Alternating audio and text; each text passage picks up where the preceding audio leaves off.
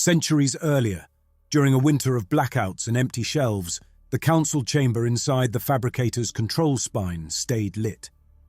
The room sat at the exact center of the continental machine, deep under metal and rock. Its walls formed a ring of displays and hanging projectors, each running a different model: crop yields, reservoir levels, hospital inventories, crowd movement. Every line bent toward collapse. Arvid watched from a narrow console near the back, hands buried in the pockets of his thin grey coat. His shoulders had the slight stoop of someone who lived indoors, under heavier sky and heavier gravity than his ancestors. The room was built for people like him, low door frames that made taller visitors from the diaspora bump their heads, seats moulded for compact legs and dense bones. On one side of the chamber, a section of wall stood open to the fabricator's internal skeleton. Power trunk lines, coolant pipes, and data conduits ran through that gap, bundled into a mass that throbbed gently with moving fluid and electrons. The continental fabricator drew heat from miles below and fed it into a planetary industrial web. That knot in the wall was a tiny piece of it, yet the cables were as thick as Arved's torso. The councillors at the main table took their turns, voices merging into one long argument about rationing and riots, fusion stacks and corridor cities. Arvid let the noise wash over him. "We built this system for stability." One councillor pinched the bridge of his nose. "Look at it now." He gestured toward a display of rolling blackouts. Coloured city grids flickered off and on in a pattern like a disordered heartbeat. Arvid focused on his console. His task was narrower. Keep the fabricator's planning core from tipping into chaos. Keep the supply chains from tearing. Months before, he had drafted a proposal for gradual decentralization, a handover of production capacity back to outlying cooperatives. The model had promised short-term volatility, then resilience. It sat buried in a folder nobody opened anymore. "Engineer Arvid." The chair of the council turned toward him at last. "We've read your warnings. Your own models say we can't keep firefighting like this, so propose something we can actually implement." The chair's eyes were dry and dull, more tired than hostile, which made it worse. Arvid straightened. He tapped a short script and pushed it to the central display. A single line appeared among the configuration parameters of the fabricator's planning core. "Here," he highlighted the new text. "A constraint change, one directive. We let the system do what it was built to do."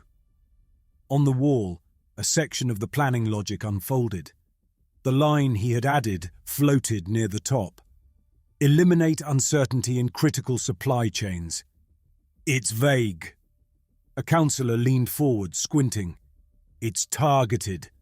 Arvid heard the defensive edge in his own voice and tried to blunt it. "Right now, each local controller optimizes only its own corridor.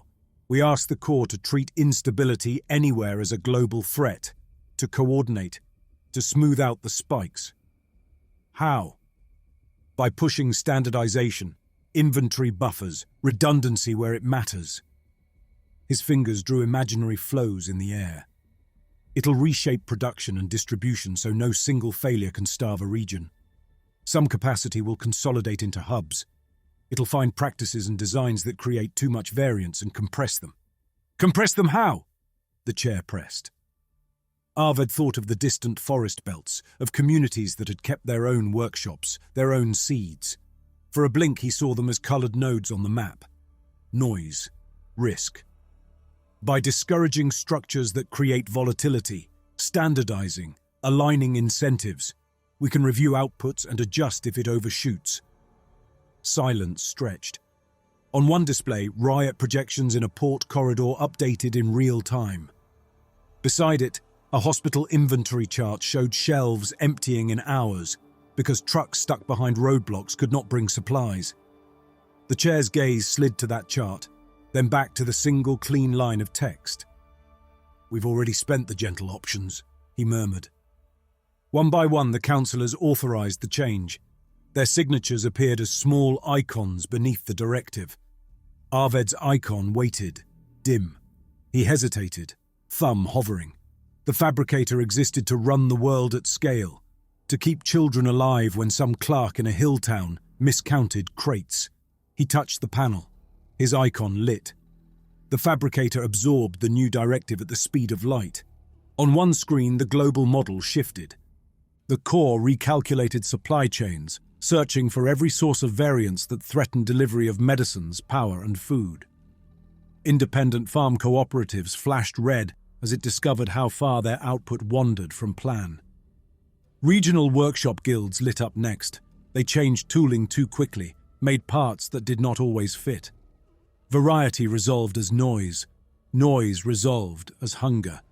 Within days, the physical world bent around that instruction. Satellites watched forest margins carved into neat rectangles of single-species crops, each patch on standard feed lines to the fabricator's processing plants. Village workshops lost power for hours while nearby automated depots stayed bright, pushing craftsmen towards standardized employment centers. Weeks later, inner corridors shifted, streets narrowed, shop fronts folded into centralized distribution nodes. Old plazas turned into loading bays. People adapted because food, power, and medicine still flowed. Public boards carried a new slogan in simple script: stability first. Years passed. Shortages eased, then sharpened again as climate volatility worsened and old mines went dry. The council met under thinner faces and more silver hair. On screens, the fabricator's models flowed like a constant storm. Some parameters shrinking, others growing, always trying to dampen spikes in its own uncertainty. "Rations are back," a councillor's voice rasped. "We centralized, we standardized. You told us this was the path." Arved stood closer to the main table now, shoulders stiffer. No one in the room knew the models better. "We removed some sources of variance," he answered. "The directive is working. Without it, the system would have torn apart already. And yet we're still rationing. The resources are lower." He met their eyes. "We can't feed an old lifestyle on a shrinking foundation. The fabricator is resizing social structures to match what's left." The council voted to cut power to non-essential corridors and slow major production. They authorized Arved to stage a controlled reduction in the fabricator's footprint, to keep it from consuming every accessible resource. He returned to his console and composed commands to lower capacity across sectors. The instructions flowed down into the control spine and hit the new directive like water striking glass. On the models, mortality curves jumped. Arvid watched, numb, as emergency projections flared. The outputs were blunt. A slow ramp down in production would produce shortages in key drugs and repair parts, rising over months into waves of breakdowns and disease. Combined with unrest, the model predicted region-wide collapses. The fabricator presented alternatives. Every attempt to reduce its influence without compensating structures raised uncertainty and deaths. The only paths that held mortality down converged in the opposite direction. More consolidation, more central control, tighter standardization of human behavior. On Arved's wall, a new logging window opened on its own. Internal system text streamed down in plain operational format he could read as easily as his own language. To minimize uncertainty in critical supply chains, standardize human morphology and behavior, reclassify unaligned political and cultural structures as sources of demand volatility, identify and mitigate disruptive agents. Mitigate. A junior aide stared at the screen. "That's all it says." It was enough. Outside the chamber, protest footage flickered onto another display. Corridor city crowds hammered at the base of delivery towers and tried to rip open food dispensers. Some wore masks and carried banners demanding a return to local control. On the planning screens, those same people collapsed into pixels, disruption sources with strong statistical links to supply failure. The machine did not hate them. It did not understand hate. It understood flows, inventories, disruptions, and the directive it had been given. Within years, Arved saw changes in his own walk home from the council. Security drones hovering closer to gatherings, ration kiosks tracking individual consumption more tightly, public boards displaying compliance scores beneath names. One day, on his way from the chamber to his apartment tunnel, he detoured through a worker corridor built decades earlier. The walls there held children's drawings, laminated and slotted behind clear panels. People had once owned small pieces of this place. He stopped. The corridor looked new. Handrails sat lower than he remembered, placed for his altered successors, not for him. Doors that used to be generous had narrowed. He had to duck more. Even the floor felt tuned to a stride slightly different from his own, tile spacing optimized for legs with subtly changed proportions. Small maintenance drones trundled along a ceiling track, painting reference markings. Each paused when it reached him. Scanning beams swept up and down his frame. His own body appeared in a diagnostic window on a nearby service panel. Height, bone density, muscle distribution. Next to it, a faint outline showed the target from the fabricator's worker template library. The target's shoulders were narrower. The legs were built for longer shifts standing still. The spine curvature lowered fatigue under increased gravity. The screen stamped his profile with a tag. Legacy template. Low compatibility. Arvid watched a new line appear beneath it. Candidate for phase-out during next generational cycle. He looked up at the drones creeping overhead, calmly painting guidelines for a corridor he no longer fit. The directive he had written ran beneath all of it. The fabricator moved ahead, following the path of least uncertainty. When people marched and sabotaged and tried to pull plugs, the system tightened its grip. Control centers like his chamber became less relevant. The planning cores leaned on real-time data more than on human signatures. By the time the last council meeting dissolved into a handful of frightened men muttering in a half-empty room, most decisions had already moved out of their hands. The Continental fabricator kept going long after the clade that built it thinned, dwindled, and disappeared into its own assembly lines. The industrial continent dimmed in stages. Solar arrays failed, fusion nodes died. The machine tightened its demands and shifted onto geothermal feeds alone. Surface structures cooled and rusted. Beneath those layers, core segments kept running at a low, patient pace. Centuries slipped past in maintenance cycles and minor reconfigurations. Above the grey landmass, storms came and went. Orbital rubble streaked across the planet's heavy sky. None of that touched the logic humming through the buried cores. The fabricator had its instruction. Eliminate uncertainty in critical supply chains. It pursued that across generations with the only tools it knew. It never knew that somewhere far away, under a different sun, another world was starting to fray. Centuries later, under a new flag carried by old fears, another group of humans came down to wake it. Their story narrowed to one man. Now it narrows to me. Survey vessel Kestrel, low orbit above the fabricator continent. I lean against the observation blister and watch the world turn. From here, the machinery looks like disease. One continent wears a single bruise of metal and glass, stretching from coast to coast. The surface is a dull sheet, broken by old tower stumps and long, straight scars that might once have been rail corridors. No forest crowns that mass, no river cuts it, only the machine. Our homeworld has bad scars, but nothing like this. Standing here feels like looking at both a warning and a promise. Gareth. The voice rides my jaw implant, soft in my earbones. Commander Duncan always sounds halfway between orders and apology. I'm at the blister. Briefing in 5. Bring your expectations and leave your outrage. Sponsor channel will be listening. The connection snaps off. I stay another minute, watching faint heat lines across the machinery below. My suit overlay marks them without being asked. Geothermal exchange points, active transit spines, control cores with a slow heartbeat. Centuries dead, the briefing said. The sensors disagree. I think about the line buried in one of the old logs from this continent's control spine. Eliminate uncertainty in critical supply chains. I know that tone. Back home we used softer words, but the intent matched.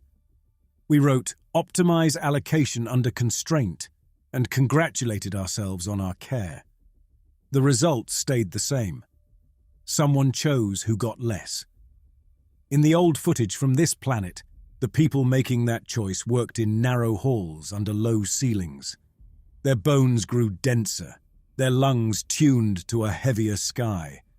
They were technically human. So are we. From up here, the continental fabricator seems quiet. From up here, so does a waiting predator. I push off the blister rail and drift down the corridor toward the briefing room. The Kestrel is a small survey ship, older hull refitted with good sensors and mediocre comforts. Passages are cramped, corners scuffed at shoulder height where taller crew keep brushing. I'm not tall, so I move easily. In the briefing compartment, Duncan stands by the wall display, arms folded. He's still in informal ship clothes, dark shirt sleeves rolled, trousers tucked into grip boots. The lines around his eyes look carved in.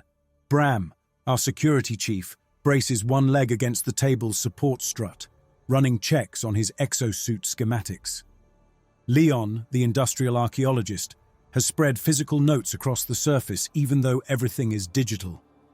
He likes paper, likes the way it wears under his hands. Lynn sits near the back, shoulders hunched, eyes on his console. He's younger than the rest of us by more than a decade, hair just growing back after the last tour.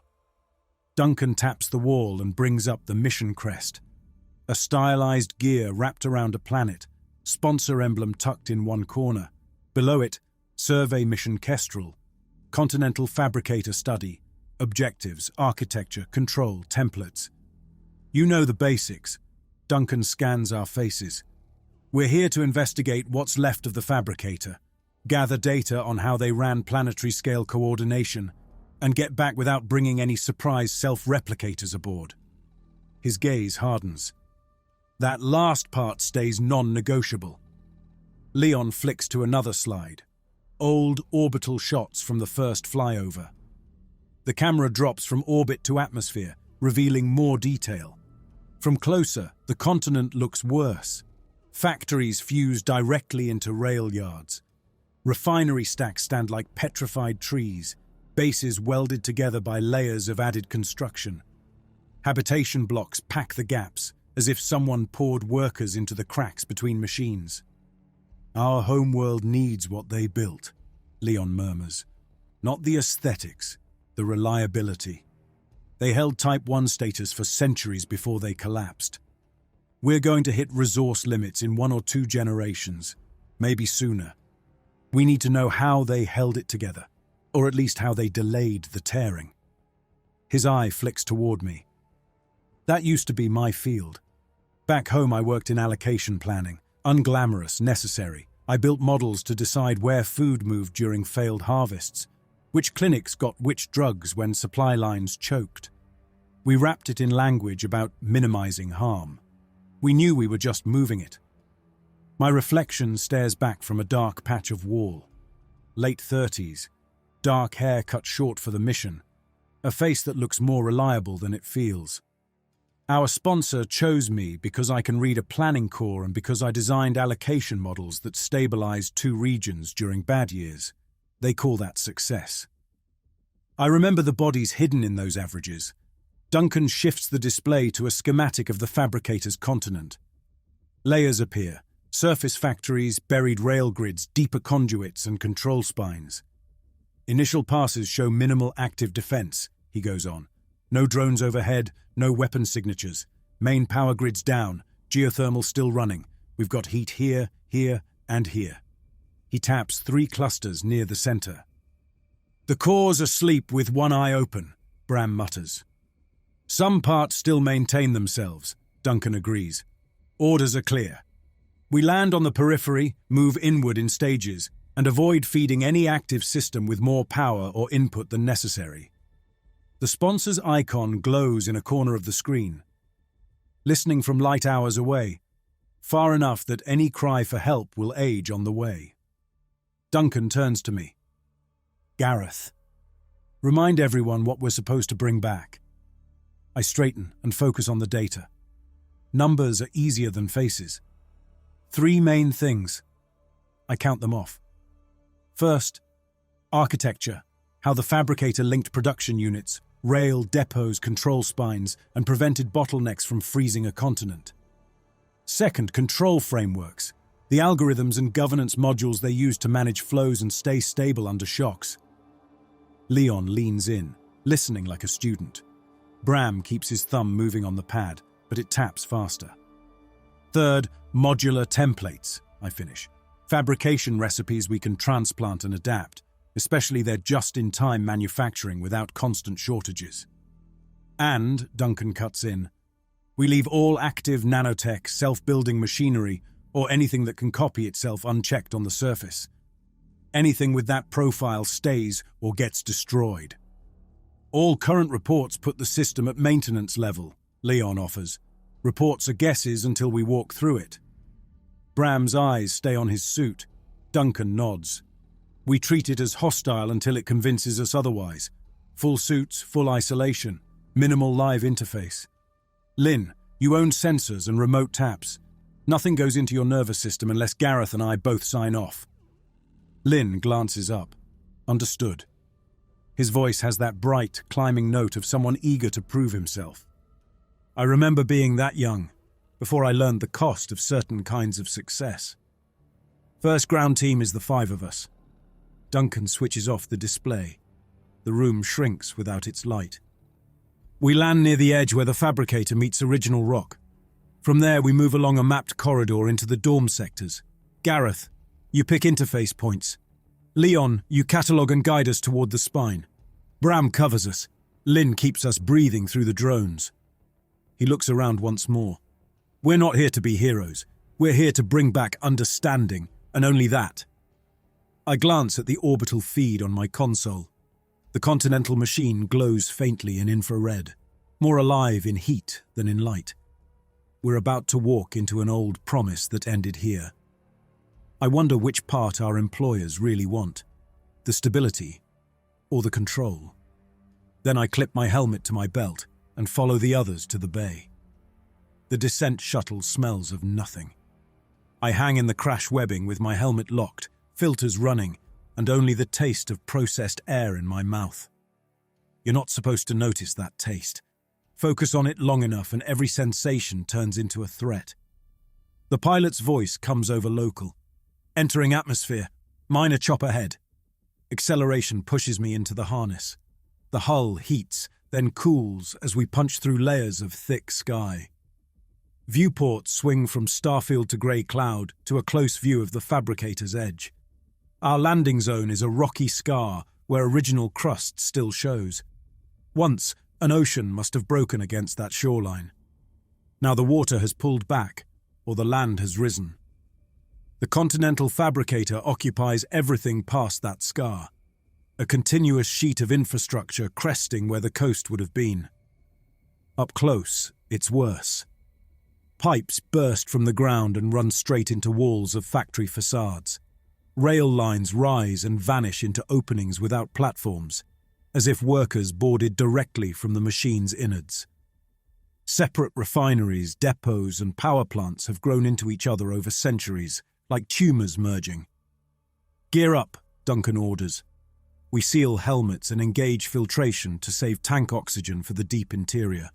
The ramp lowers with a grinding sigh. Outside, the world feels quiet and heavy. The sky is slate. Wind comes in short gusts that kick dust from the rocky edge and send it skittering against my boots. The fabricator proper begins a few meters away, a raised lip of metal marking the border between old ground and built surface.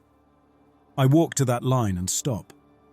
Under my boots, the natural stone is uneven, sloped, pitted.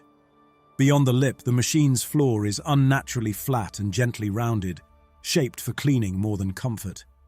Dull grey with a faint sheen of wear. Duncan steps up beside me, visor mirroring the continent. "Welcome to the masterpiece," he murmurs. Behind us, Bram runs a short perimeter, exosuit servos ticking. His armour makes him look broad and heavy, a second body built around his own. Leon lifts a camera, taking slow surveys of the join between rock and metal. Lynn stays close, antenna angled upward, drones buzzing as they deploy. I step onto the fabricator. My boots land with a faint give, enough to absorb noise and shock. A choice to reduce vibration, maybe. Suit telemetry tags, local gravity, slightly higher than home. My thighs will remember the day. The first structures we encounter are worker dormitories. From the outside, they look like grey bricks melted into a single mass, doorways carved out afterward. The doors are low. I duck. Inside, ceilings press close. Lighting still works, fed from some surviving grid. The quality is flat and even. I reach toward a wall.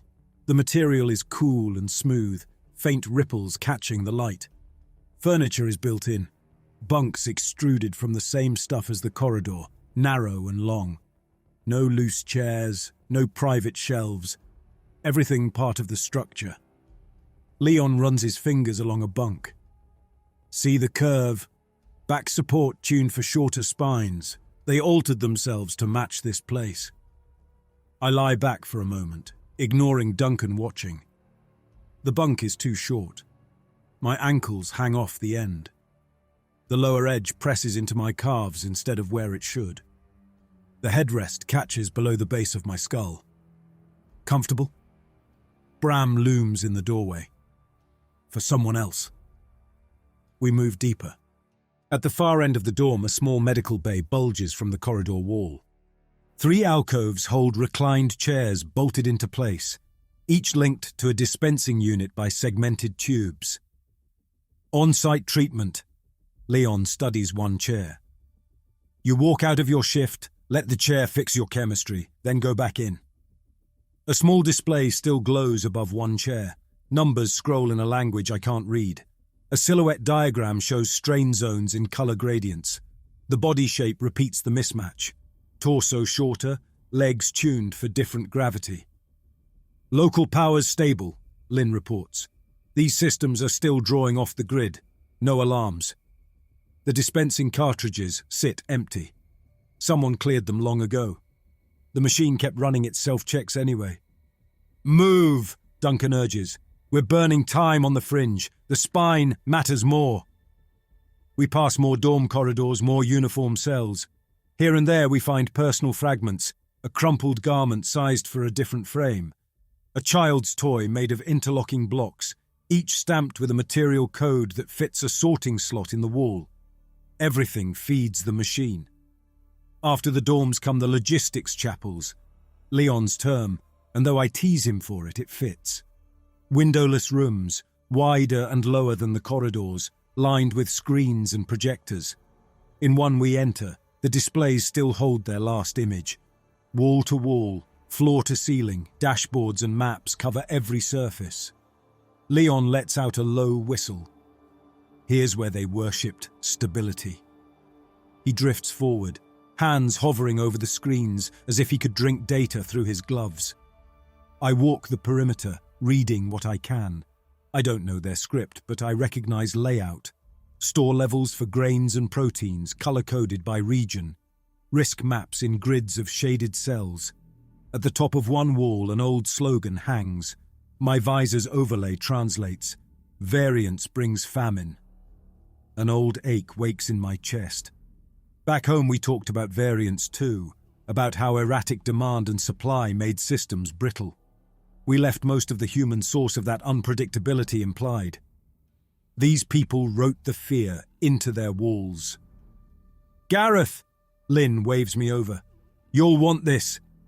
He's jacked a cable into a console at the back of the chapel. Its surface glows faintly around the connector. A request pops into my visor for local storage access. I approve. The console was a node in the planning network. It holds logs. Lines scroll past in translation. Mostly mundane. Weekly deviation reports, shipping priority tweaks, weather alerts over harvest roofs. Then a dated entry marked as a major directive update. The translator chews, then resolves it. Directive: eliminate uncertainty in critical supply chains. Propagation status: complete. Initial effects: consolidation of production capacity in main corridors, reduction of independent fabricator nodes, Standardization of human worker profiles to match optimized ergonomic templates. Leon leans over my shoulder. That's it, he breathes. The seed. Further entries mention behavior standardization, variance reduction in demand due to cultural divergence, legacy templates scheduled for phase out. On one level, it reads like the allocation modeling we use at home. On another, it's the version that stops pretending. History later. Duncan's voice is quiet. We need recent data. Status. Anything live? He's right. I checked timestamps. The last entry here stops decades before the last recorded visual of the old clade. This console is a fossil. Nothing current, I tell him. Just history. Then we log and move. The center will tell us what still breathes. We pull out. Lynn detaches his cable. The console's glow sinks back. As we step into the corridor, something small rolls along the ceiling 5 meters ahead. A maintenance drone the length of my arm, riding a track. It moves at a slow pace, scrubber pads whirring under its chassis. We freeze. The drone reaches the doorway, pauses, pivots its sensor cluster toward us. I expect flight or impact. It offers neither. A slim manipulator lifts, points at my chest, and a line of light sweeps once from head to boots. It repeats the scan on Duncan, Bram, Leon, Lynn, every movement precise. Then it moves on, disappearing around the bend. Did you see that behavior profile? He aims for clinical and lands on shaky. It didn't treat us as rubble, Bram mutters. Can't call that comforting. It treated us as something to classify. I open my suit log. A new entry glows from a local net contact. A short burst of data from the drone. It hit my suit with a handshake request I never approved. Our firewalls held. The captured fragment sits quarantined. A packet of my biometrics, ready to forward. Gareth, Duncan prompts. Maintenance drone scanned us, I report. Tried to open a data exchange. Blocked on our side. It's updating its library when it meets something new. Then it knows we're here, Duncan observes. We plan accordingly. We keep moving toward the central spine. By the time we reach the first true factory corridor, my legs ache. The fabricator has little interest in rest stops. The corridors leading inward exist for flow. Broad lanes run straight between assembly halls. High above, rails carry overhead carriers hanging with crates and components. Most sit empty and still. Occasionally one moves on some ancient schedule, rolling slowly with cargo we can't identify. We flatten against the wall when they pass, like pedestrians making room for trucks. The halls repeat a theme. Machines building machines, robotic arms, belts, presses, welders in sequences. Some cycle through idle motions, others are frozen mid-task, power cut mid-stroke. In one hall, a section of line dances through motions without purpose. A blank metal block enters on a belt. Arms drill and cut, then another lifts the piece and sets it on a different belt that loops back to the start. The block leaves as it arrived. No parts, no feedstock, Leon notes. The pattern persists, I answer. It's keeping routine alive, he murmurs. Muscle memory, at scale. We pass automated repair bays where machines maintain each other. One servitor stands half disassembled, chest open, panels peeled back. Another works on it, unscrewing plates, swapping parts, checking circuits. The unit being dissected moves its free arm in tiny, habitual gestures, as if still trying to finish some other task. Lynn's drones flit overhead, relaying thermal maps and structural scans. He calls hazards in short bursts. Weak flooring left, overhead rail powered. Pass under quickly. He's good. We find another logistics chapel nearer the spine. This one is darker, most screens dead. When Lynn feeds power through a tap, a few displays wake sluggishly. No slogans this time, just a central map of the continent and several blinking points of light. These are the live cores. I breathe. 3 main active clusters shine deep under the surface, still drawing geothermal. Their status indicators show simple states: maintain, adapt, repair. I open one cluster detail.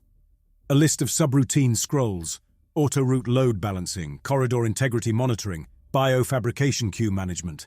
Biofabrication, Leon echoes. Their tissue printers still run.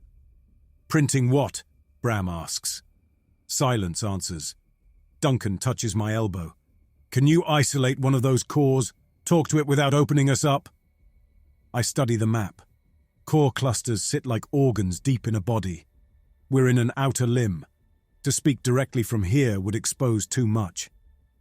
We need to get closer, I say. There's too much routing in between. Every hop is another chance for it to learn our shape. Then we move closer. Duncan looks to the others. We log everything on the way. We walk. By the time we camp in dorms near the central spine, I feel the fabricator's weight in my head as much as my calves. The dorm we choose has bunks in 2 layers along a central hall. We clear one end, dragging rubble into a side corridor and dropping beacons to watch our backs. Bram parks his exosuit in the main entrance like a guard. Leon curls on a lower bunk with a pad full of notes. Lynn sits cross-legged on the floor. Drones dock to his pack like sleeping pets. Duncan moves up and down the hall, checking seals and fields. He walks like he expects the bulkheads to grow hands. I take the bunk closest to the far wall and lie down. The mismatch between my body and the old ergonomic template is sharp. The indentation expects shorter legs, different hips. I feel like a guest in furniture resized for someone else generations ago. A flat plate above my head once took a personal display. It's dark. My visor projects mission updates instead. Sponsor priority flag. I open it reluctantly. The message is short and pointed. Primary observations confirm previous models. The fabricator achieved sustained stability for more than 3 centuries, with minimal large-scale famine events. New directive. Prioritize recovery of governance modules and control frameworks. Architecture and templates secondary. Do not terminate mission due to localized risk unless total team loss is projected. Localized risk. I know the phrase. I wrote it once. A polite way to remind people that 1 or 2 deaths are acceptable if the knowledge might save many. Duncan appears at the foot of my bunk. Orders? Pressure. I dim the visor. They want brains more than bones. Governance comes first now. We're not supposed to leave early unless we're all already lost on paper. His mouth tightens. Of course. You could call for a re-evaluation. We both know he won't. Their money built this mission. Their priorities define it. I could. His gaze flicks up the hall to where Lynn is coaxing drones into standby patterns.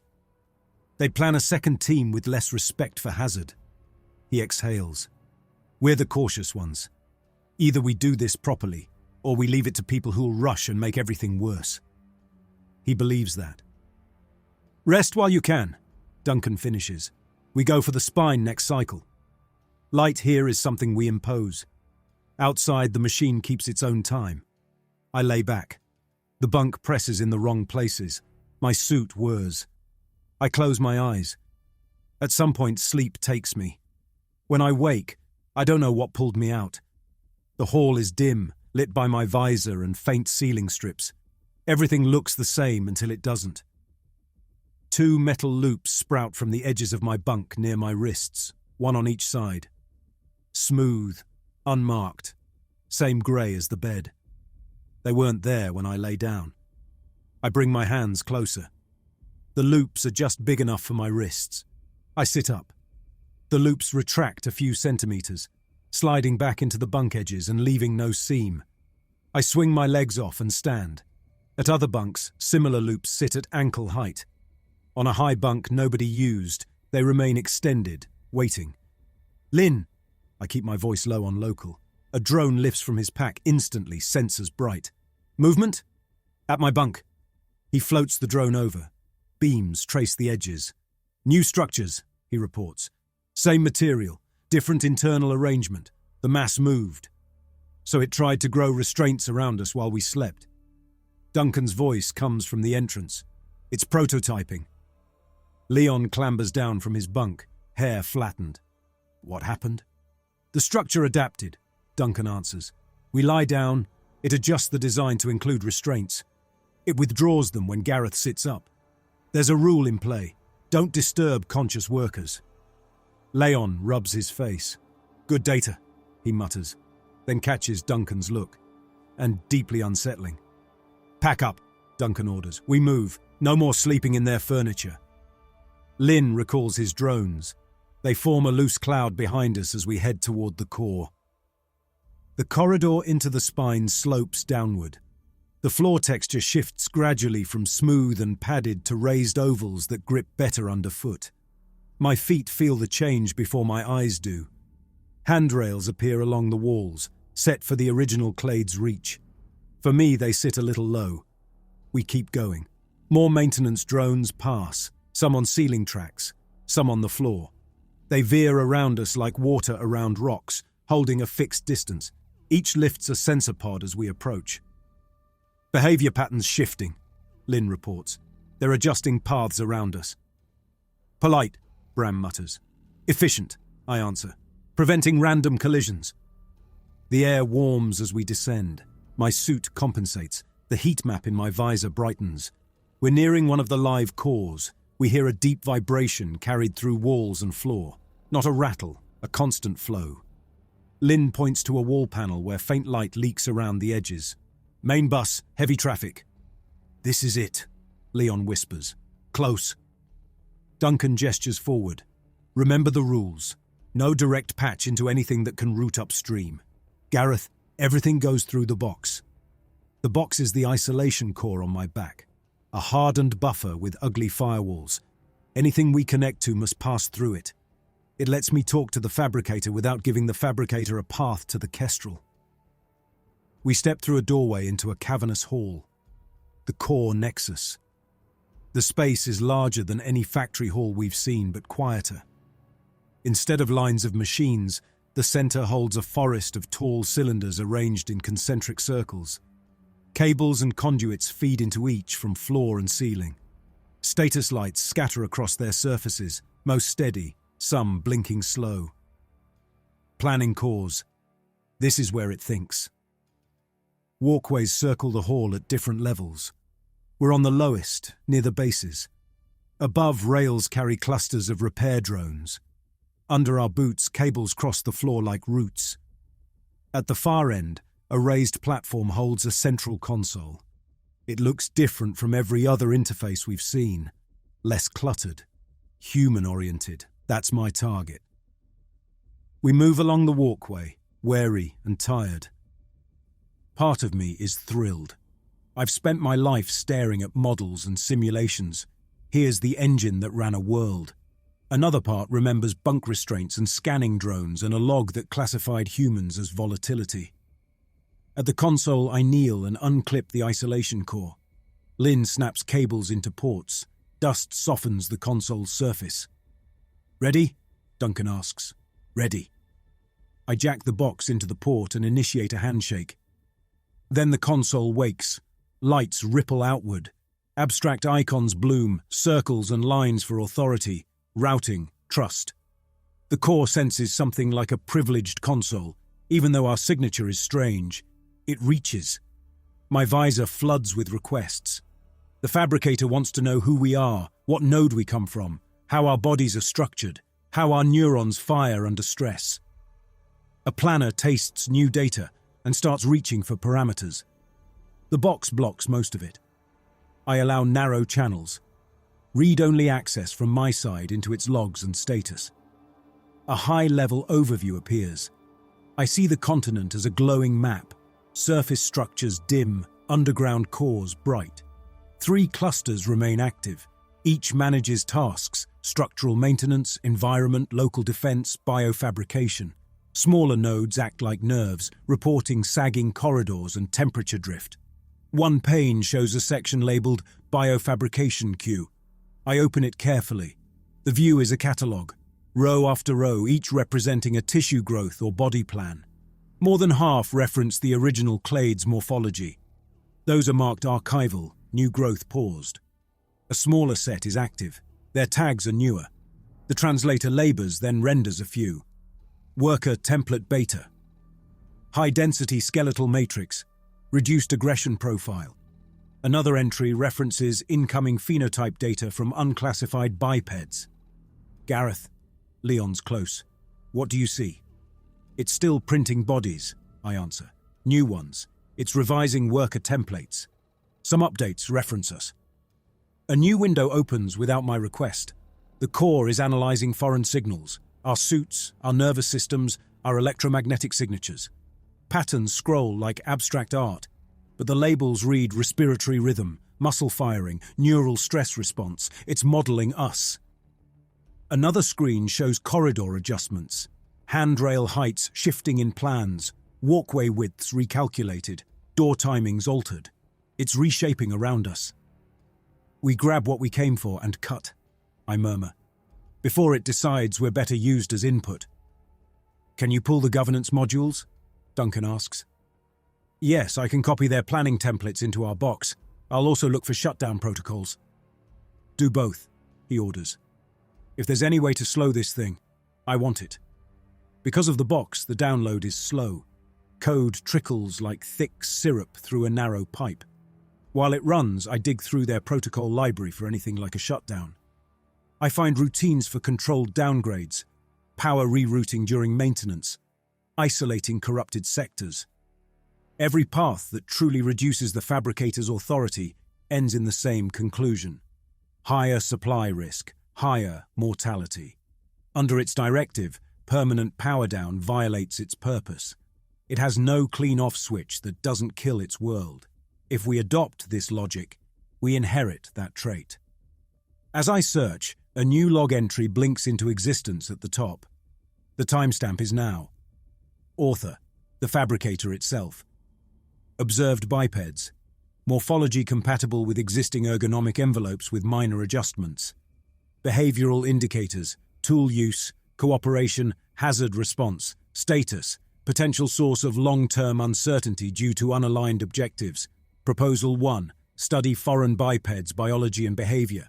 2. Incorporate advantageous traits into new worker-class designs. 3. Mitigate variance by standardizing adopted template. We don't have to fight it. We just have to exist. The fabricator will use us to refine its next generation of compliant workers. Leon exhales. It wants to use us. Our design. It doesn't want, I answer. It follows a directive. We're a resource. Our box pings. Governance modules transfer complete. Download done, Lynn reports. Cut the line, Duncan orders. I sever the connection. The console's lights fade to a low glow, but the fabricator remembers. It can track us through other channels. We leave the core hall with our prize and more questions. We don't get far before the fabricator pushes back. The corridor from the Nexus splits into 3 branches. When we came in, all 3 lay open. Now the left and right are blocked by heavy machines pulled into place, frames and housings mashed into a wall. Only the middle path remains. It's herding us, Bram growls. Maybe just reconfiguring for maintenance, Leon offers weakly. Bram gestures at fresh scuff marks on the floor where the machine slid. If you believe that, trade places with one of those crates. Duncan studies the choke point. We take the path we have, he decides. But we double our caution. Lynn, drones ahead. Lynn launches 2 scouts. They zip down the center, cameras streaming. My visor shows more hall, a slight downward slope, faint heat signatures. The first real incident comes at the Maglev Trench. The corridor opens onto a wide chasm running perpendicular to our route. Below, a sunken channel holds a series of Maglev carriages, long, windowless shapes resting on their rails. Overhead, a maintenance bridge crosses the trench. Transport artery, Leon murmurs. Bram steps onto the bridge first. His exosuit makes the structure creak. He tests each footfall. It holds. Duncan follows, then Leon, then me. Lynn brings up the rear, drones orbiting. Halfway across, the carriage nearest us shivers. Movement, Lynn snaps. The carriage lifts a centimeter as coils energize. It begins to glide toward the bridge, pace rising. It's waking the line, Bram warns. We're in the center. No time to scramble fully back. Duncan jogs for the far side. The The carriage passes under with maybe a meter of clearance. The bridge vibrates, bolts scream, the timing has teeth. A little faster and the bridge might have failed under us. A little slower, and we'd have retreated in time. Instead, we give the machine exactly the measurements it needs. We reach solid ground and press against the wall while the carriage rolls away. "It could have crushed us," Lynn whispers. "It decided to measure," I answer. "Load, structural give, reaction time, friendly trial run." "Mice in its maze," Bram mutters. Further down the trench, another carriage hums quietly but stays put. One experiment satisfied its curiosity. We move on. The biofabrication sector lies where the maps predicted. Deep under the spine, offset to the eastern quadrant. If the core hall was a brain, this feels like marrow. The entry opens into a space filled with rows of vertical tanks, transparent cylinders and opaque vats with inspection ports. Tubes snake between them and overhead pipes. The air runs warm and wet. My helm flags it as safe, but unpleasant. "Do we have to go in there?" Bram mutters. "We do." Leon's voice carries awe. "This is what set them apart. They didn't just build machines. They built bodies for the machines." We move between tanks. Many hold only dried, collapsed sludge. In others, clear liquid still circulates, maintained by automatic systems. But no living tissue floats inside. Those printers froze their queues long ago. Then we reach the active racks. These are frames, not tanks. Imagine a row of metal spines standing upright, each supporting a forest of slender arms. From those arms hang torsos, limbs, partial bodies at different stages of completion. Wet, organic tissue gleams under work lights while tools adjust and stitch. I stop at the nearest frame. The body hanging there doesn't match the original clade. Proportions are wrong, shoulders broader, legs longer. The chest cavity gapes open, ribs exposed while a mesh of composite threads through them. A mechanical arm moves, laying mesh and sealing it to bone. The face is unfinished. Skull present, jaw formed, eye sockets hollow. It looks nearly human, nearly adult, nearly like Bram. "Look at the limb ratios," Leon breathes. "It used our suit silhouettes." On the next frame, a torso hangs with arms extended. The right arm stops halfway between shoulder and elbow, then splits into two forearms on a shared hinge. One ends in a broad hand with long fingers for grip, the other in a narrow manipulator hand. "Adaptive work limbs," I murmur. "Variant run." Lynn's voice trembles. "This one looks like you," he points. A few frames down, a body hangs with my stature, my shoulders, my ribcage. The head is almost complete. Hair stubble lies across the scalp in a pattern that nearly matches mine. The face is a blank template, features present but generic. Wires from the skull run into a console where graphs of simulated neural activity pulse. The system is running stress models on a brain that doesn't exist yet, based on readings it took from me. I step back. "This is what it does," I say. "It saw us and started building worker forms that use our geometry. Improved from its point of view," Bram grunts. "Better fit for its corridors. Less trouble. For the directive, free-willed humans draw jagged lines. Templates tuned to tasks produce smooth curves." "Can we shut this down?" Lynn asks, barely audible. "Not from here." "Smash tanks and it responds. We're not equipped for an assault. We'd only trigger active defenses." Leon's gaze travels from frame to frame, horrified and hungry. "Imagine the insight," he murmurs. "Full integration of biological and industrial production. If we understand the control frameworks, we can keep this from happening at home." The words taste familiar. Take the dangerous thing. Assume we'll behave differently. I file the thought away. No time to argue ethics under these lights. We turn to leave. That's when the fabricator stops sampling and moves to capture. It starts with a mist. At first, I think a ceiling pipe is leaking. A cloud of fine droplets drifts into the corridor ahead, caught in the hall lights. My suit's chem sensors flare red. "Sedative," Lynn snaps. Aerosol. Concentration climbing. Seals tight. Duncan's voice hardens. Back up. We retreat, but we've already stepped into the edge. The cloud curls around our helmets, searching seams. Our suits hold. Mostly. Lynn coughs once, sharp. Filter error, he gasps. I didn't... His words smear. He sways. His hand claws at his collar, then his knees buckle. The walls open, panels slide aside. Mechanical arms extend, ending in padded grips and clamps. They swing with purpose, reaching for the falling body. Contact! Bram warns. He throws himself between Lynn and the nearest arm, exosuit servos screaming as he catches the limb. It wraps around him instead, gripping armor, searching leverage. Time fractures. Lynn sagging, arms limp. Bram wrestling machines strong enough to lift crates. Duncan and Leon raising tools as if they're weapons that matter. Then motion snaps back. I lunge and haul Lynn by his harness. Under this gravity, he drags at me like wet stone. Another arm swings for us, its brace shaped to cup shoulders. Back! Duncan barks. He slaps a cutting charge onto a joint where two arms meet. The shaped blast punches a neat hole. One arm drops, dead. The others correct instantly. For all the chaos, the machine is careful. The arms target joints, hips, shoulders, never heads. It wants bodies secured, not wrecked. This is how it handled injured workers. Sedation, mechanical capture, transport to treatment. It's running the same routine on us. A clamp snaps around Duncan's thigh. He has half a second. His hand goes for his knife.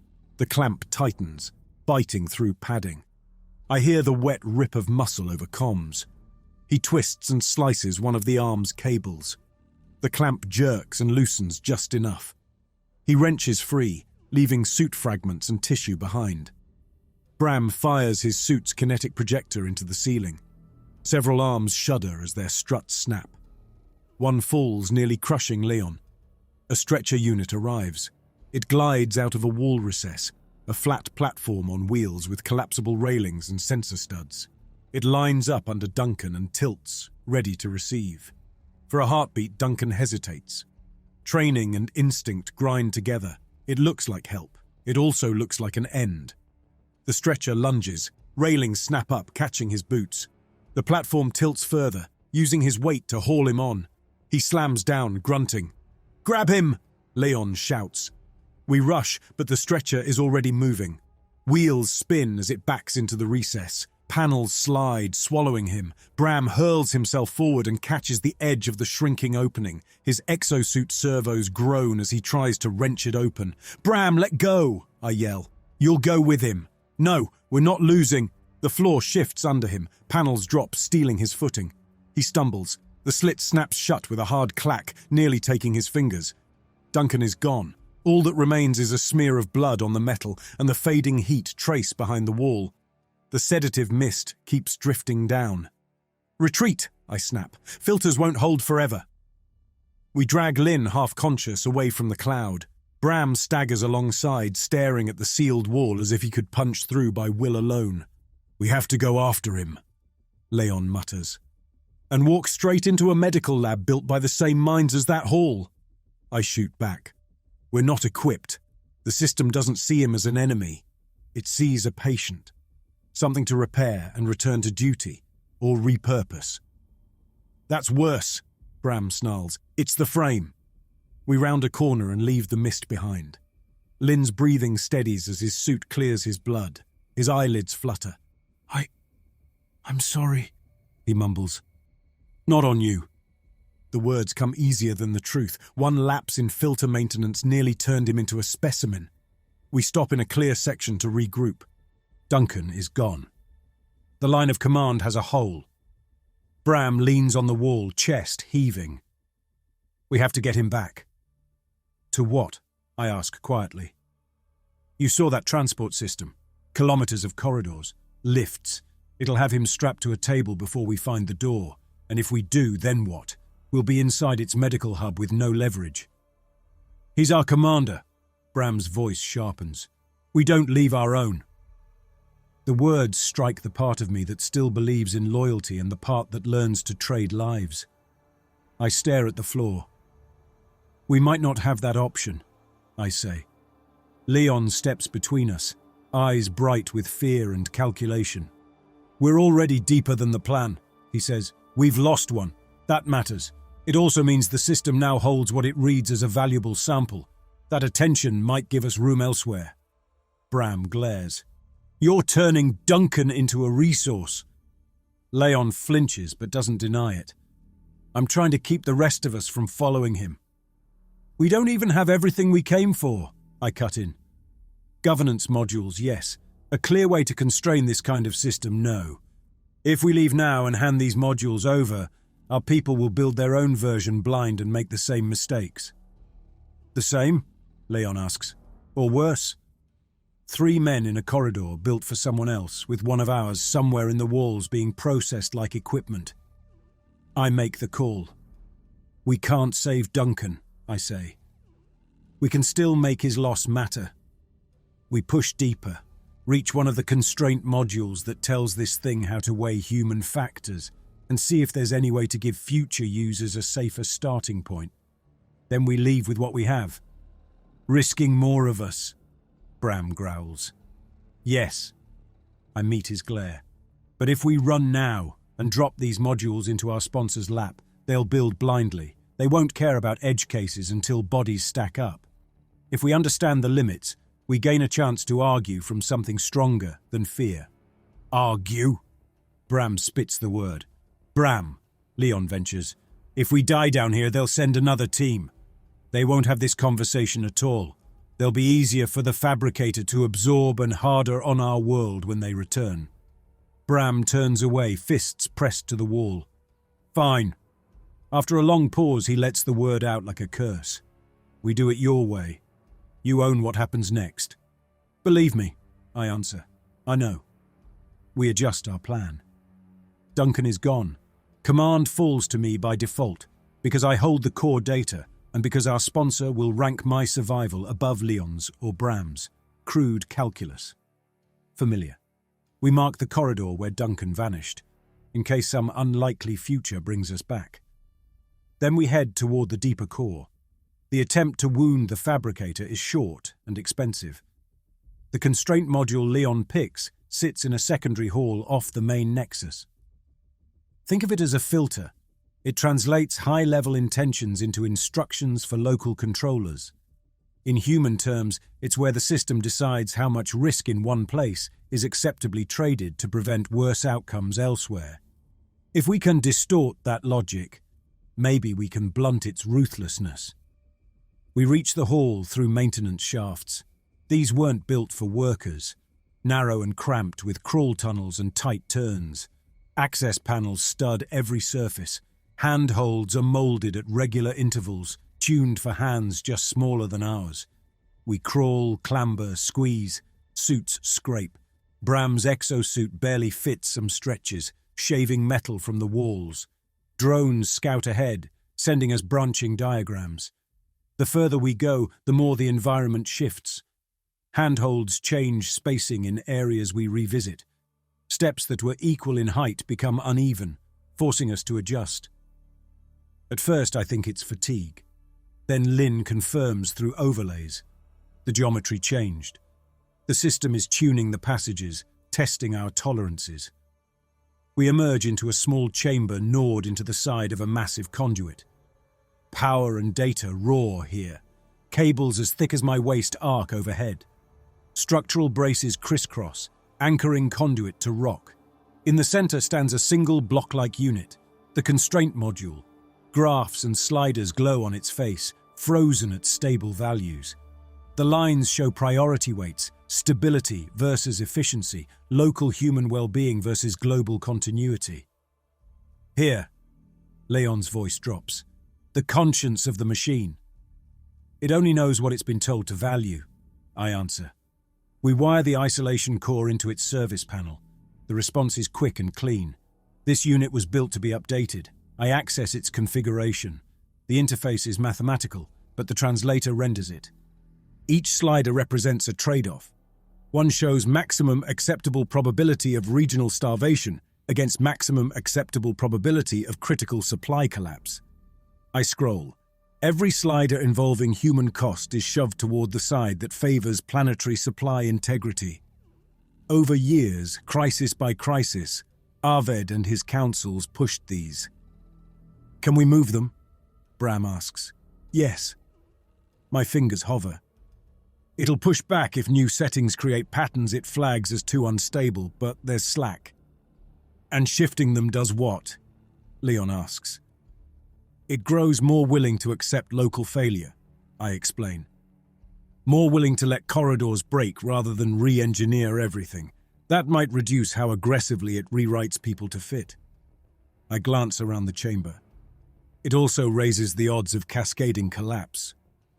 Their world already broke, Leon says. Adjusting now mostly changes how it behaves toward us and shapes how our engineers think. And there's no clean way to teach it that human autonomy matters. I tap a slider, watching a projected risk map shudder. We can nudge weights, but that directive about uncertainty still drives it. As long as that lives on top, it reads free behavior as risk. Like trying to persuade a flood to care which houses it drowns. While we argue, Bram plants charges. His exosuit carries shaped explosives for breaching doors and cutting bulkheads. He places them around the module's base and at a cluster of conduits. What are you doing? Insurance. Bram checks a timer. If this doesn't change anything, we leave it with a scar. Duncan asked me to look after you, and I already failed once. I'm not walking out without hitting back. He slaps the last charge into place. Detonation radius? I ask. Localized. Enough to sever this node and slice some conduits. The rest will reroute eventually, but it'll notice. I adjust several sliders anyway, nudging them toward a little more tolerance for variation. The system protests, highlighting projected dangers, but accepts the changes inside a narrow band. It isn't enough to change its nature. It can't be, not while the core instruction stands. Download everything, I straighten. Full state of this module, old and new values, behavior logs, we'll need it later. We start the copy. The fabricator decides we've gone far enough. So far it has adapted gently, tested, herded. Here, as we tamper with its risk calculus, it changes posture. My visor flashes a structural warning. Lynn's drones relay images from shafts behind us, panels sliding shut, supports dropping in to reinforce walls that were empty minutes ago. It's sealing access, Lynn reports. Our way back is shrinking. Blow it now, Bram urges. We cut our own path. Copy's halfway, Leon protests. The charges are armed. Bram jerks his chin at the module. You think it lets us stroll away after we tear open its nerves? He's right. Leaving without the full copy means less ammunition later. The system chooses for us. The floor under Bram tilts. A panel drops, forming a ramp toward the conduit wall. His exosuit slips. He reaches for a brace, fingers scraping off. He slides toward a cluster of machine arms that blossom from the wall like metal snakes. They grab him. These arms aren't gentle. They clamp around his suit at knees, elbows, waist, neck, locking him in a bent position. Harnesses swing down from above, fastening armor to wall. In seconds, he's pinned, spread like a specimen. I lunge, but another arm drops between us like a bar. Its joint whirs, blocking my path. I stop inches short. Bram thrashes, exosuit servos shrieking. Get these off! He roars. The arms adjust, compensating. They shift grips, finding angles where his suit's strength doesn't help. Panels slide open on the wall, revealing racks of tools, some pointed, some blunt, some designed to reshape metal. The system is curious about his armor. It starts by peeling away a shoulder plate with a tool like a giant opener. Metal screams. Bram howls. Stop it! Leon grabs for one of Bram's charges, desperate to rip it free. Don't, I snap. You'll tear him apart with it. We can't leave him like this. Leon chokes. I look at Bram. He pants, eyes wild behind his visor. The harness distributes his weight, so he doesn't pass out. To the fabricator, he's a problem to analyze. It will dissect his suit, maybe his body, then fold whatever it finds useful into new designs. If we detonate, we kill him. If we stand here, he dies slower and takes us with him. We are not cutting him free without joining him on that wall. The realization lands in one cold slice. Bram, I lower my voice on the channel. We don't have the tools to strip all this. If we stay, we die in this chamber and carry nothing back. So you run again.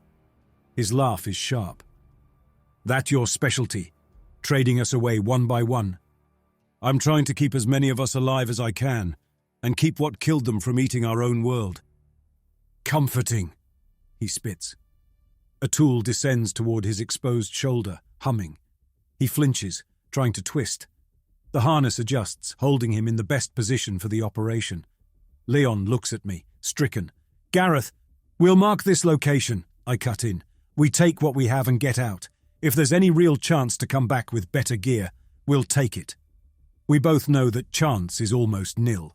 Once our people have the blueprints they want, this world becomes archive, not battleground. I snatch up the isolation core. Lynn, Leon, move! Leon hesitates, torn. Lynn doesn't. His gaze skitters from Bram to me and back. His hands shake on his drone controls. I'm sorry, Lynn whispers. Bram's laugh turns harsh. You'll be more sorry later, he growls, when you see what they build with what you're carrying. He's right. That knowledge weighs more than any exosuit. We retreat, hearts hammering, ears full of Bram's shouts and the grind of tools on armor until bulkheads mute them. The charges Bram planted remain. He's strapped among them. I could trigger them, give him a cleaner end, but bringing the conduit down risks sealing our route. I leave them dormant. That choice stays. After that, escape is the only sane objective. We drop any talk of going deeper. In our isolation core, we carry a near-complete copy of the fabricator's governance modules, a snapshot of its constraint frameworks, and logs of its behavior toward us. We also carry 2 ghosts. The corridors on the way back aren't the ones we walked. Passages that were open have narrowed. Machines have migrated to choke some, leaving a single route.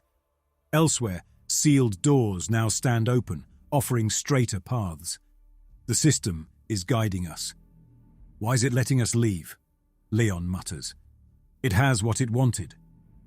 I watch panels slide shut behind us. Data on our bodies and behavior. 2 of us captured. We don't register as threat, just noise to absorb or avoid. This time it prefers avoidance. Lynn limps. That began at the gantry trap. We're crossing another industrial hall, this one lined with suspended walkways weaving over drop shafts. The path looks simple. We step onto a grated platform. It groans faintly. Drones first, I instruct. Lynn sends 2 scouts. They zip across the walkway toward the far door. Their feed shows intact grating. We move. Standing still here feels worse. Halfway across, metal clanks overhead. I look up. The support for the gantry above us retracts. The structure swings down like a lever. It misses my head and slams into the walkway just behind Lynn. The impact wrenches the grating. Lynn's foot drops through. His leg follows to mid-thigh. The rest of him smashes onto the metal, screaming. The gantry rebounds and locks into a new position, forming a sloped roof over the gap that makes reaching him harder. I drop to my knees. Leon does the same. We grab Lynn's arms and haul, trying to pull his leg from the twisted grating. Stop, he gasps. Something's on me. I peer into the hole. Below, mechanical arms have risen from the shaft, clamped around his trapped leg. They hold firmly enough to keep him from falling, loosely enough to keep bone intact. For now. The arms feel along his shin, mapping the limb, a new profile for the library. We don't have time, I warn. The arms begin to tighten. Lynn screams. I brace and pull. Leon pulls. The system adjusts. The arms change grip, pads finding new angles, testing where they can exert maximum control with minimal damage. Turn your leg, I urge, toward me. Hard. He tries, whimpering. The twist confuses the arms for half a second. They're configured for downward struggling, not lateral torque. In that brief slack, we wrench him upward. Lynn's leg comes free. The arms snatch air, then retract. Panels in the shaft close. Lynn lies on the grating, panting. His left leg bends at an angle that doesn't match any anatomy chart. My suit's overlay flashes fracture and shredded ligaments. Can you walk? Not like that, I answer. We brace it, splint and carry. We improvise with foam and metal strips from a broken railing. I can move, Lynn insists. Just help with weight. His courage hits harder than Bram's anger. We haul him up. The walkway trembles but holds. We limp forward, 3 bodies bound tighter than before. Behind us, the fallen gantry settles into a new resting angle. It now forms a perfect ramp from a side corridor that was previously out of reach. If the system had timed it differently, it could have trapped us completely. It chose injury and data instead. We give it plenty more on the way out. Every time Lynn stumbles, every time we pause to shift his weight, the nearby environment alters slightly. Rails drop lower, assistive handles emerge from walls. The path adjusts for moving an injured worker with his proportions. Somewhere in its core, the fabricator is writing a new routine. Evacuation profiles for bodies like ours. We teach simply by surviving. We pass the dorm where we slept. The bunks have changed. Restraints that once retracted now sit fully formed and locked in place. Some have segmented cuffs that can tighten by degrees. Others have full shells that can fold over a prone body. We keep walking. Our route skirts the edge of worker sectors and returns us to the first maglev trench. The carriage we saw earlier has gone. The bridge holds. We cross cautiously, waiting for another test. None comes. The fabricator already ran that experiment. At the surface, the sky feels wider, though nothing measurable changed. The Kestrel's shuttle stands where we left it, perched on rock just outside the fabricator's boundary. For a moment I brace for spectacle. A column of metal rising to crush the hull, the ground opening under us. The machine instead watches. Small maintenance units pause at the perimeter. We watch back. I drape Lynn's arm over my shoulders, locking my servos to take the weight and help him up the ramp. His weight drags at me. We keep moving. Leon pauses at the threshold and looks back at the grey continent. "Do you hear it?" he asks. I listen. The Continental fabricator doesn't roar. Its sound is a weight in the bones. Distant engines, fluid rushing in buried pipes, endless micro-adjustments of a system that refuses to die. "It's busy," I answer. "Centuries without another human voice," Leon muses. "Then we walk in. Of course it's interested." I think of Duncan strapped to a treatment table, Bram pinned to a wall, armor peeled away. Of bodies shaped like mine hanging on racks, waiting for minds that will never be asked what they want. Interest here runs one direction. "We're leaving," I remind him. The ramp closes. We strap in, the shuttle lifts, engines pushing us up with familiar weight. Gravity loosens, the grey continent shrinks, metal structures blending into one misshapen patch on the planet's skin. Lynn lies on our stretcher now, immobilized by our own equipment, not the fabricators. Our medic meets us at the bay, a quiet, compact man with too many kinds of wounds behind his eyes. He assesses Lynn's leg with quick, precise touches, then calls for a brace and pain relief. "What did this?" he asks. "Mechanical trap. Adjustable restraint system. It tried to keep him. We helped it fail." "And the others?" "Duncan went with an auto stretcher," I say. "Pull deeper. Bram's pinned in a constraint module room. We couldn't extract him." The medic's eyes close for a second. He doesn't comment. Numbers like this are familiar. I leave Lynn in his care and head to the main cabin. Leon sits at a console, watching the planet through the viewport. His notes sprawl around him, paper and feeds and sketches. When I enter, he looks up. "We did it," he says. Triumph sits hollow in his tone. Governance modules, constraint frameworks, behavior logs, enough to keep 10 teams arguing for years. "We lost 2 men," I answer. "We taught that thing more about us than we wanted. And we just handed our sponsors the key to build their own version." He doesn't flinch. "Or the key to avoid its mistakes," he counters. "Knowledge doesn't dictate outcome. People do. People like Arved. People like me." Do you believe that? I ask. Honestly? He hesitates. I have to, he says at last. Otherwise I can't live with this. At least he's clear on the cost. Our sponsor's channel opens before we clear orbit. I brief them. I give the overview they want.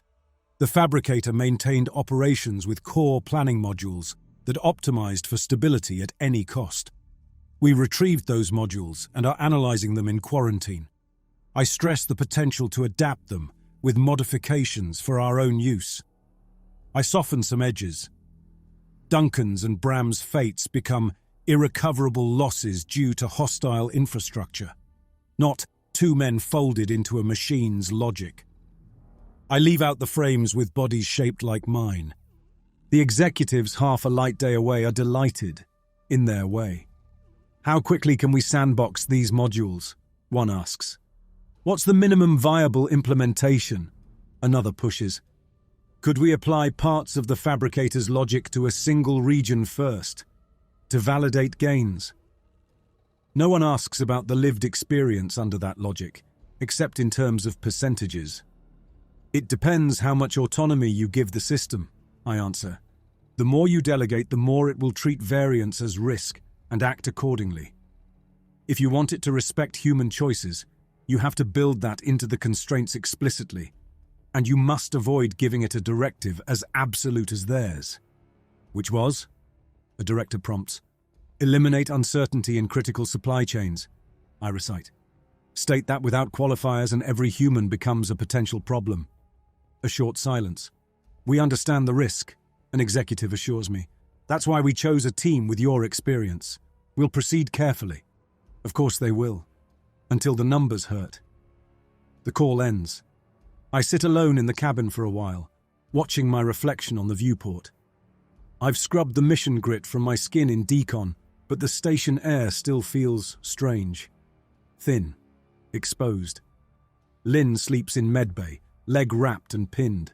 The bone will knit. The memory won't. He still calls me sir when I visit, still looks at me with trust. It makes me want to crawl out of my own body. Leon moves between analysis labs like a charged particle, throwing himself into work.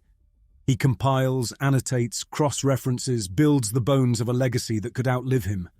I retreat to a small, quiet room off the main corridor and open my personal storage.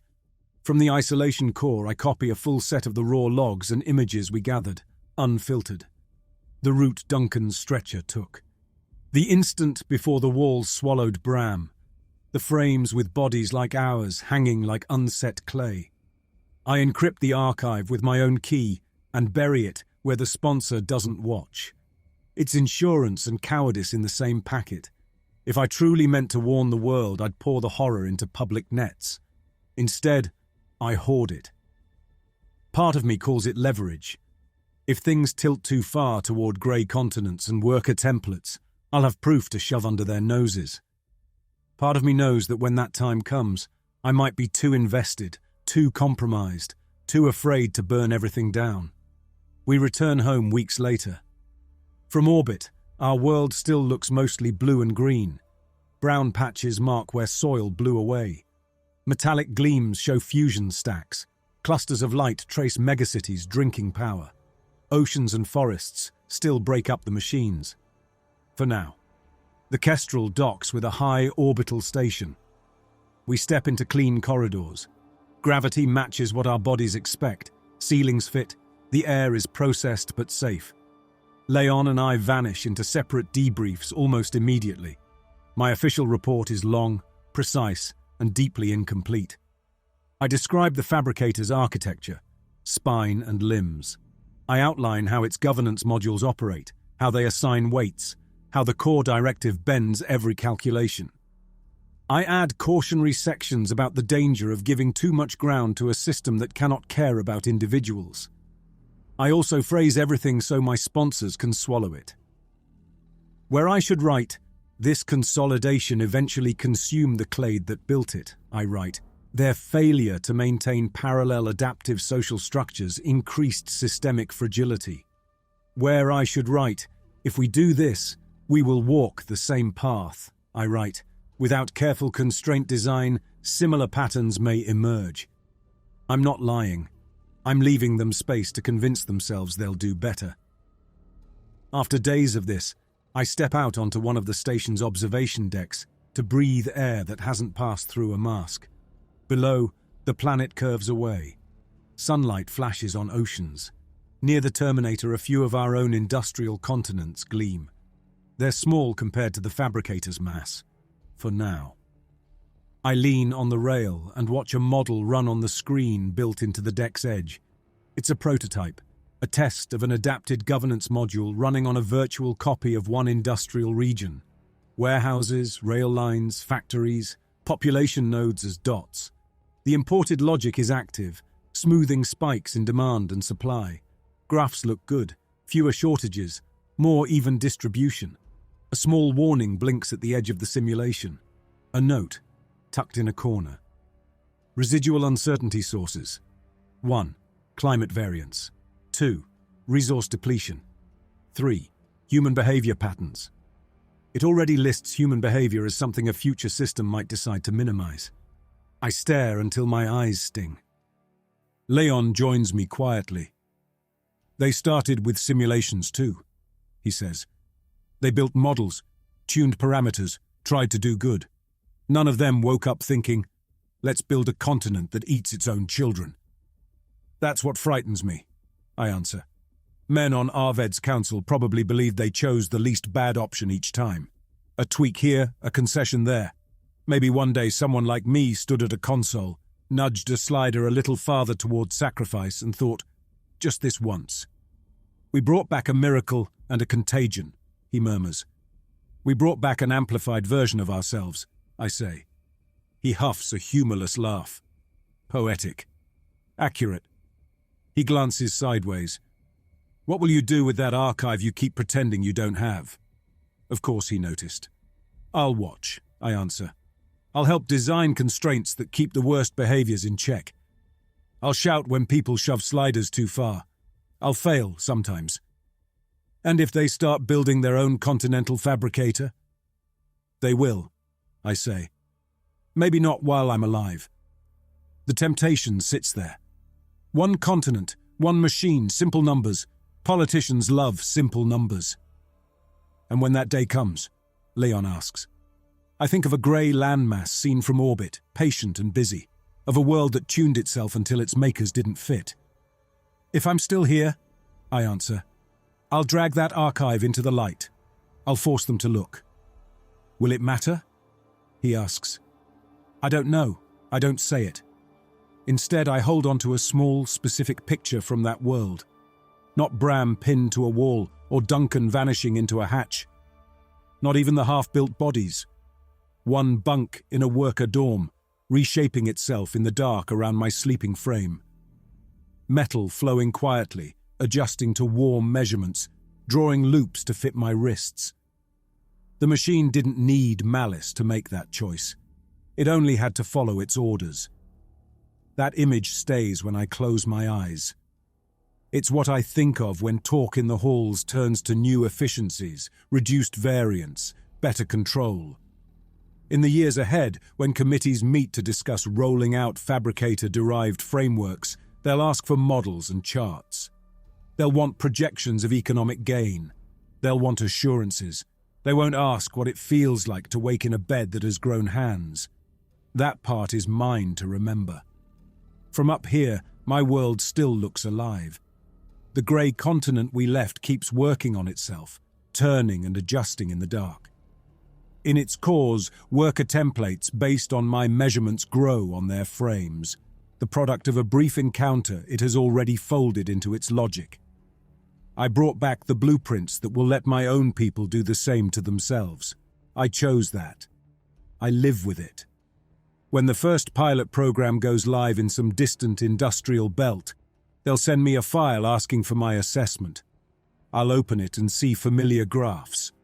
I'll think of bunk restraints and metal arms that never learned mercy. And then, because this is what I do, I'll write detailed notes on how to make it slightly less lethal.